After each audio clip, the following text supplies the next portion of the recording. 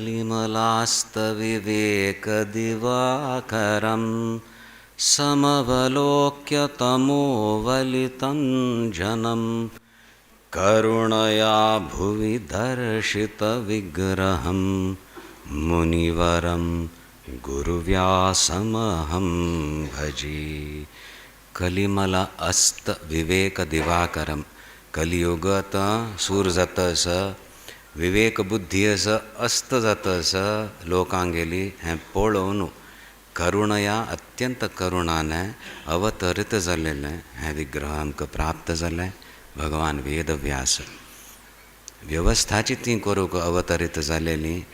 पयले काळांत आपणाल शाखा आनी द्विवेदी चतुर्वेदी म्हणटा ते 4 वेद इत्यादी शिकतालीं.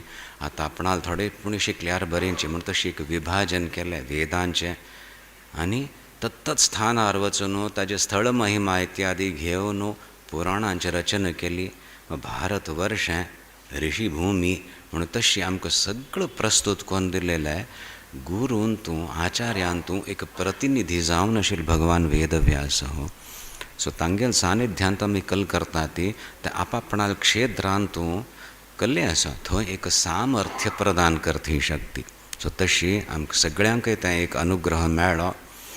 सगळ्यांनी प्रत्येकान विंगड कार्य करचें आसता जाल्यार तांत सुद्दां एक सामर्थ्य व्यासोच्चिष्टम जगत सर्वम म्हणून आसा. खंय तांणी प्रवेश केली, सगळ्या क्षेत्रांत मार्गदर्शन केलें.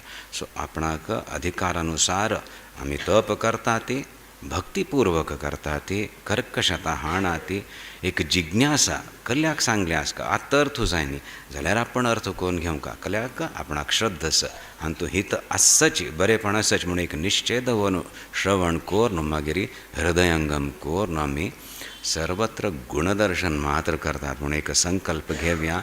आमी निमित्त जावया. अहंकार त्याग केला हांगा येवन. सो आतां निमित्त करून आमगेल्या हातान बरें कार्य आपणा खातीर, कुटुंबे खातीर, समाजा खातीर, राष्ट्रा खातीर जाल्ल्यार भारत वर्ष दुसऱ्यांगेल बरेपण जाताची.